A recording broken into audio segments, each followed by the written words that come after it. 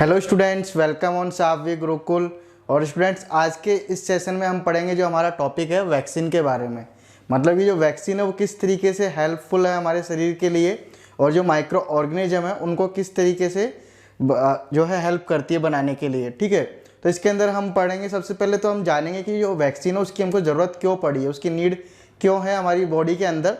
तो इसके लिए सबसे पहले, जैसे कि मैंने आपको बताया कि जो माइक्रो ऑर्गेनिज्म है उनसे क्या होती हैं, बीमारियां भी होती हैं। और कुछ जो माइक्रो ऑर्गेनिज्म है एंटीबायोटिक्स के रूप में उनको जो है यूज़ किया जाता है बॉडी के अंदर, ताकि जो डिजीज़ है उनकी जो वायरस है उसको किल किया जा सके, नष्ट किया जा सके, ताकि जो बॉडी है फिर से पहले की जैसी हो जाए। जैसे अगर कोई डिजीज़ हो गई है, कोई भी फीवर है या आपको कफिंग हो गई है, तो उसको सही करने के लिए क्या करना होता है, एंटीबायोटिक्स दी जाती है, ताकि पहले से जैसे हमारी बॉडी काम कर रही थी वैसे ही वो दोबारा काम करने लगे। ठीक है, तो सबसे पहले जैसे कि वैक्सीन की ज़रूरत क्यों पड़ी है। आपने देखा होगा कि जो छोटे बच्चे होते हैं उनका शरीर माना जाता है कि बहुत कमज़ोर होता है और ईजिली उनको जो है कोई भी बीमारी लग सकती है। ठीक है, जैसा कि आपने देखा होगा बचपन में जो छोटे बच्चे होते हैं उनको कई तरीके के टीके लगाए जाते हैं या कई तरीके की दवाइयाँ जो हैं पिलाई जाती हैं, जबकि वो बीमार नहीं होते हैं उसके बावजूद भी वो पिलाई जाती हैं। क्यों? क्योंकि उससे क्या होता है कि जो आने वाले समय में जब उनको, जैसे कि जो वैक्सीन्स होती हैं वो किस तरीके से काम करती हैं, जब बीमारी होती है उसी टाइम पे नहीं काम करती हैं, वो काम करती हैं जब कोई बीमारी आएगी तो आने के बाद में उसका वो स्वागत करती है और उसको किल करके जो डिजीज़ है उसको ख़त्म कर देती है। जैसे कि जो कोरोना है, अब कोरोना पहले बीमारी आई है, उसके बाद में ही हम लोगों ने इसके लिए एंटीबायोटिक्स का काफ़ी जो है एक्सपेरिमेंट्स किए, उसके बाद में अब जो है इसकी वैक्सीन बन के आई है। तो वैक्सीन क्या करेगी, जैसे आपने किसी की वैक्सीन लगाई है तो वैक्सीन धीरे धीरे, जैसे ही कोई भी, जैसे कि कोरोना का जो वायरस है जो ह्यूमन बींग से या एनिमल से उनके शरीर में जाएगा, तो जाने के बाद में जो वैक्सीन है, वैक्सीन क्या करेगी, एंटीबायोटिक्स क्रिएट करेगी ह्यूमन बॉडी के अंदर। ठीक है, तो एंटीबायोटिक्स क्या करेंगी, उसको किल करने का काम करेंगी। कोरोना का जो वायरस जो एंटर हुआ है ना उसको किल करने का काम करेंगे, जिससे क्या फ़ायदा होगा कि जो बॉडी के अंदर जो डिजीज़ होंगी, जैसे कोरोना का अगर वायरस जाएगा तो वो क्या करेगा, हमको कोरोना की डिजीज़ करेगा। लेकिन अगर पहले से एंटीबायोटिक्स हैं और उसको किल करने के लिए काम कर रही हैं तो हमें वो डिजीज़ नहीं होगी। जैसे कि आपने देखा होगा कि बैंक है या फिर पहले के जो राजा महाराजा थे अपने महल के बाहर जो है काफ़ी सिक्योरिटी रखते थे, तो वो सिक्योरिटी क्या होती थी, एक तरीके से एंटीबायोटिक का काम करती थी।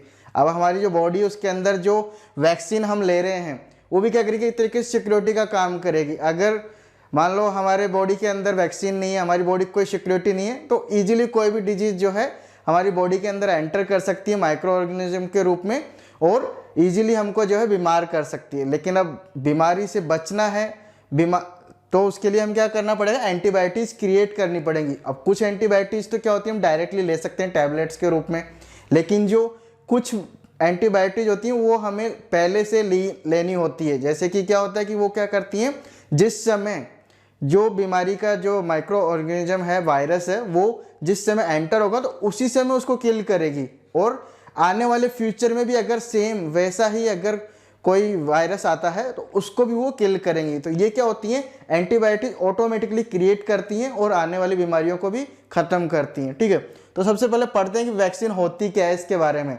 ए vaccine is a special kind of preparation, मतलब कि क्या है, एक स्पेशल हो गया। अभी जैसे कोई भी बीमारी है तो उसका पहले से तो नहीं बनता है, लेकिन अभी कोरोना आया तो कोरोना का भी हमने क्या हुआ, स्पेशल एक्सपेरिमेंट किए, उसके बाद में उसका एक स्पेशल जो है हमने एक वैक्सीन तैयार की। तो ये क्या हो गया, a vaccine is a special kind of preparation, मतलब हमने बहुत स्पेशल इसके लिए तैयारी करी। ठीक है, विच प्रोवाइड इम्यूनिटी। अब ये क्या करती है, इम्यूनिटी प्रोवाइड करती है। अब कोई भी हम जो एंटीबायोटिक्स है वो किस लिए करते हैं, हमारी जो इम्यूनिटी सिस्टम है ह्यूमन बींग्स का या एनिमल्स का, उसको डेवलप करने के लिए, उसको जो है ज़्यादा इंक्रीज करने के लिए हम जो है एंटीबायोटिक्स और वैक्सीन का यूज़ करते हैं। ठीक है, तो ये क्या करती है, प्रोवाइड इम्यूनिटी प्रोवाइड करवाती है अगेंस्ट ए पर्टिकुलर डिजीज। अब वैक्सीन क्या होती है, हर डिजीज के लिए अलग अलग जो है वैक्सीन होती है। जैसे कि आपको मान लो पोलियो हो गया तो पोलियो की एक अलग वैक्सीन है, वो पर्टिकुलर पोलियो के लिए ही वर्क करेगी। ठीक है, अभी कोरोना की वैक्सीन है तो कोरोना के लिए ही जो है काम करेगी और किसी डिजीज के लिए काम नहीं करेगी। तो हर अलग अलग बीमारियों के लिए अलग अलग तरीके की हमें वैक्सीन की जो है यूज़ किया जाता है। ऐसा तो है नहीं कि अभी किसी को कोरोना हो रहा है उसको पोलियो की वैक्सीन पिला दिए तो वो ख़त्म हो जाएगा। ऐसा नहीं होगा। क्यों? क्योंकि जो पोलियो के जो माइक्रो ऑर्गेनिज्म है वो केवल किसके लिए काम करेंगे? पोलियो से संबंधित जो पोलियो जो बीमारी है उसके जो वायरस है उन्हीं को किल करने के काम करेंगे। जैसे कि आपकी मान लो कोई सेना है, आपकी जो आर्मी है, आर्मी के अंदर जो सैनिक है, कुछ सैनिक ऐसे हैं वो केवल छोटे सैनिकों को मार सकते हैं। अब कुछ सैनिक ऐसे हैं जो घोड़े पे चलते हैं और वो घोड़े वालों को मारते हैं। कुछ सैनिक ऐसे हैं जो हाथी पे चलते हैं और हाथी वालों को मारते हैं। तो क्या करते हैं, अलग अलग तरीके के सैनिकों के लिए हमें अलग अलग तरीके के सैनिक चाहिए। तो वैसे ही जो वैक्सीन है वो भी काम करती है, अलग अलग डिजीज की तरह अलग अलग तरीके की हमको वैक्सीन चाहिए होती हैं। ठीक है, तो नेक्स्ट इसके क्या है, ए वैक्सीन कंटेन्स द डेड और weekend but alive micro organism of a disease. अब वैक्सीन क्या कंटेन करता है? वैक्सीन के अंदर ऐसी क्या चीज होती है जो वायरस होता है उसको किल करने का काम करती है। कैसे? क्योंकि जो वैक्सीन है उसके अंदर कंटेन रखती है वो डेड और वीकेंड, मतलब कि मरे हुए और कमजोर जो माइक्रो ऑर्गेनिज्म होते हैं, अलाइव मतलब जिंदा जो है अलाइव माइक्रो ऑर्गेनिज्म रखते हैं जो कि डिजीज को किल करने के काम होते हैं। जैसे कि कोई भी डिजीज है, अपन पोलियो लेते हैं, हेपेटाइटिस लेते हैं, ऐसी कोई भी डिजीज है तो उसके जो जिंदा माइक्रो ऑर्गेनिज्म है वही वैक्सीन के रूप में लेते हैं, ताकि जैसे ही वो अपने साथ ही मतलब उसका जो देखेगा, जैसे हेपेटाइटिस का अपन ने लिया है, हेपेटाइटिस बीमारी के वायरस को देखेगा तो तुरंत वो उसको किल करने का काम करेगा। और अगर पोलियो का अपन ने वैक्सीन लिया तो पोलियो का जैसे ही वो देखेगा उसके वायरस को तुरंत उसको किल करने का काम करेगा। तो ये तो क्या हो गया बच्चों, अपना डेफिनेशन हो गया वैक्सीन के बारे में कि वैक्सीन होती क्या है, इसकी हमें जरूरत क्यों पड़ी है और क्या इसमें कंटेंट्स होते हैं। ठीक है, अब हम नेक्स्ट बात करते हैं कि वैक्सीन किस तरीके से जो है दी जाती है और किन को दी जाती है। जैसे कि मैंने आपको पहले बताया कि वैक्सीन जो है तुरंत काम नहीं करती है। जैसे कि आपने लिया और तुरंत, जैसे हमारी जो टैबलेट्स हैं वो तुरंत वर्क करती हैं, हमें बुखार हुआ तभी हम जो है टैबलेट लेते हैं। लेकिन जो वैक्सीन है वो क्या होती है, पहले से ली जाती है। जैसे जो हेल्थी पर्सन होता है उसको हम वैक्सीन देते हैं। अब वैक्सीन किस तरीके से दी जाती है, या तो उसको ओरली दी जा सकती है या फिर इंजेक्शन के द्वारा। देखा होगा आपने, जो छोटे बच्चे होते हैं उनको क्या किया था, पोलियो की ड्रॉप्स पिलाई जाती है उनको जो है, या फिर जो हेपेटाइटिस है उसके लिए हमें इंजेक्शन लगवाए जाते हैं बच्चों को। आपने देखा होगा कि जो छोटे बच्चे होते हैं 6 महीने का हो गया या 12 महीने का हो गया, उनको टाइम टाइम पे इंजेक्शन लगवाए जाते हैं अलग अलग बीमारियों से बचने के लिए। उसी को क्या कहते हैं, टीकाकरण कहते हैं, उसी को वैक्सीकरण कहते हैं। ठीक है, और the body of that person responds by the producing some substance called antibiotics in it blood. अब ये वैक्सीन जो हमने उसको दी है इंजेक्शन के रूप में या फिर ओरल के रूप में हेल्थी पर्सन को, तो वो क्या करेगी, उसके ब्लड के अंदर एंटीबायोटिक्स का जो है उसके अंदर क्रिएट करेगी, उनको जन्म देगी, ताकि क्या होगा कि जो बीमारी है उसकी जो जीवाणु है उनको, वायरस को वो किल करने के लिए काम करेगी। अब जैसे कि पहले ही मैंने आपको बताया, पिछले जो अपना चैप्टर चल रहा है, पिछला जो टॉपिक था एंटीबायोटिक्स के बारे में, मेडिकली कैसे यूज किया जा सकता है माइक्रो ऑर्गेनिज्म को, तो उसी के रूप में है ये। लेकिन ये अलग तरीके से एंटीबायोटिक्स, एक तो हो गया टैबलेट के रूप में, जैसे कि मैंने आपको बताया तुरंत अगर आप बीमार पड़े तुरंत आपको जो है दवाई डॉक्टर लिखता है कि ये आपको एंटीबायोटिक्स चाहिए, पेनिसिलिन चाहिए या पैरासीटामोल चाहिए, तो ये सब आपको मेडिसिन वो देता है और आप उनको लेते हैं और इजीली जो है ठीक हो जाते हैं। लेकिन अगर मान लो आपको एक बार कोई बीमारी हो गई और अगली बार उससे बचने के लिए एडवांस में आपको अगर उससे रक्षा करने के लिए चाहिए, तो उसके लिए क्या करना होगा, वैक्सीन करनी होगी, मतलब वैक्सीन आपको लगवाना होगा। तो जिससे क्या होगा कि जब भी अगर दोबारा वो बीमारी आएगी तो एंटीबायोटिक्स ऑटोमेटिकली क्रिएट होंगी हमारे ब्लड के अंदर। जो ब्लड, जैसे कि हमारा पूरे शरीर के अंदर ब्लड चलता है, तो ब्लड के अंदर जैसे ही एंटीबायोटिक्स क्रिएट होंगी तो जहां भी वो उस वायरस को देखेंगी तो उसको किल करेंगी और बीमारी से जो है खत्म कर देंगी। ठीक है, तो चलो बच्चों, अभी तक हमने वैक्सीन के बारे में जो भी पढ़ा है उसको फटाफट से रिवाइज कर लेते हैं। ठीक है, वैक्सीन के बारे में जैसा कि मैंने आपको बताया, जो डेफिनेशन है वैक्सीन के अंदर कौन कौन से कंटेन होते हैं। ठीक है, वैक्सीन हमको किस तरीके से एंटीबायोटिक्स प्रोवाइड की जाती है और किनको हम ये प्रोवाइड करवाते हैं, वैक्सीन मतलब किनको लगाते हैं। ठीक है, और वैक्सीन के अंदर किस तरीके से काम होता है, ये सब चीज़ें हमने पढ़ा। और जैसे कि आगे मैं आपको बताता हूँ कॉमनली, जैसे कि कुछ बीमारी जो होती हैं, कुछ डिजीज होती हैं जिनके अंदर वैक्सीन जो है देना बहुत ज़रूरी होता है, जिससे क्या हो कि उस बीमारी को ईजिली ख़त्म किया जा सके और कम किया जा सके।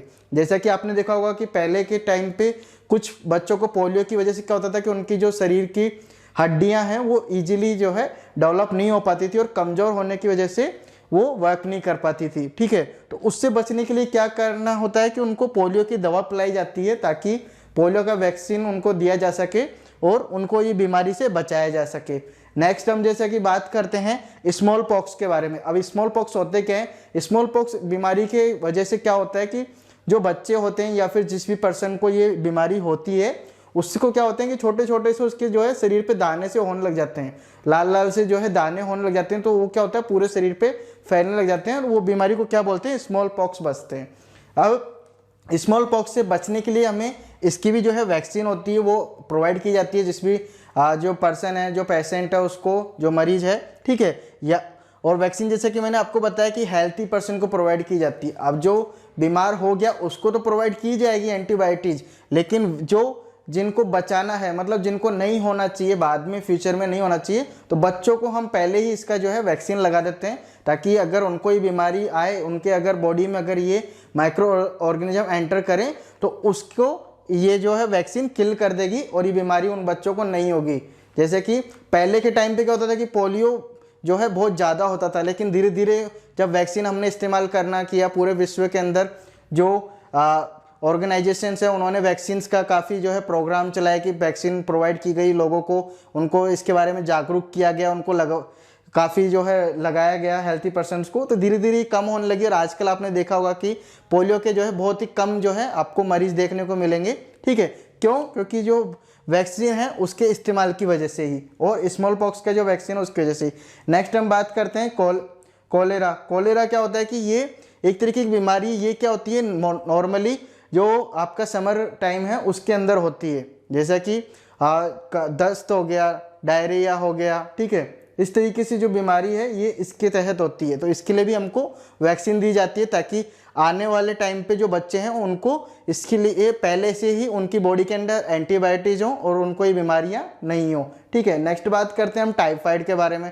अब टाइफाइड क्या होता है कि ये ज़्यादातर विंटर टाइम पे होता है। जो आपका विंटर होता है उसके अंदर जो मरीज है उसको क्या होता है कि काफ़ी जो है फीवर होता है, सर्दी लग के फीवर होता है, इस तरीके की आपने जो है कई देखा होगा, कई लोगों को होता है कि उनको सर्दी लगने के बाद में फीवर हो रहा है, तो वो सब क्या होता है कि टाइफाइड की वजह से ही होता है। तो इसके लिए भी वैक्सीन आजकल दी जाती है छोटे बच्चों को, और जो मरीज होता है उनको भी एंटीबायोटिक्स प्रोवाइड की जाती है ताकि उनको नेक्स्ट टाइम पे जब भी अगर उनके बॉडी के अंदर ही एंटर करेगा तो क्या होगा, पहले से ही वहाँ पे इसकी वैक्सीन के जो माइक्रो ऑर्गेनिज्म है वहाँ पे होंगे और वो क्या काम करेंगे, आने वाले जो वायरस है उसको किल करने का काम करेंगे। ऐसी ही नेक्स्ट बात करते हैं हम हेपेटाइटिस की। हेपेटाइटिस के अंदर भी जो है हम बच्चों को वैक्सीन प्रोवाइड करते हैं, जो हेल्थी पर्सन होते हैं उनको हम प्रोवाइड करते हैं। कहने का मतलब ये है कि जो भी, जैसा कि टीबी है, टीबी के बारे में भी आपको पता होगा कि कई हफ्तों तक अगर कफिंग हो रही है, काफ़ी टाइम तक आपको लंबे समय तक अगर कफिंग होती है तो उसको क्या बोलते हैं, टीबी बोलते हैं, और उसके लिए भी क्या होता है वैक्सीन प्रोवाइड की जाती है। अब वो वैक्सीन क्या करती है, जिस समय इंसान बीमार है उस समय तो उसकी हेल्प करेगी एंटीबायोटिक्स क्रिएट करके उसके बॉडी के अंदर, लेकिन अगर आने वाले फ्यूचर में भी अगर उसके बॉडी के अंदर फिर से अगेन अगर सेम बीमारी होती है तो उसको वो किल करने के लिए पहले से उसके अंदर बॉडी के अंदर एंटीबायोटिक्स होंगी, हमको दोबारा उसको जो है एंटीबायोटिक्स देने की ज़रूरत नहीं पड़ेगी उस समय। नेक्स्ट बात करते हैं टिटनस की। अब टिटनस क्या होता है कि आपने देखा होगा कई बार आपके लग जाती है, किसी भी जो है लोहे की चीज़ होती है या आयरन की जो चीज़ होती है जिनसे लग जाती है, तो उससे जो है लगने की वजह से कई बार टिटनस का होने का खतरा जो है रहता है।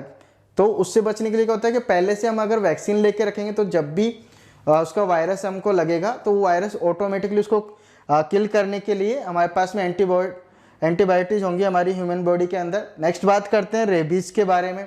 अब रेबीज़ क्या होता है, आपने देखा होगा कॉमनली जो ये एनिमल्स के अंदर होता है, जैसे डॉग्स जो होते हैं उनके अंदर ही बीमारी पाई जाती है ज़्यादातर। अगर जो कुत्ता है, जो डॉग है, उसको अगर रेबीज हो रखा है, वो हमको अगर काट लेता है तो उसकी वजह से ह्यूमन को भी जो है रेबीज होने का खतरा रहता है। तो उससे बचने के लिए क्या होता है कि वैक्सीन हमको उसको प्रोवाइड कर देते हैं जो हेल्थी पर्सन होता है। जैसे कि आपको बताया वैक्सीन प्रोवाइड की जाती है हेल्थी पर्सन को, ठीक है।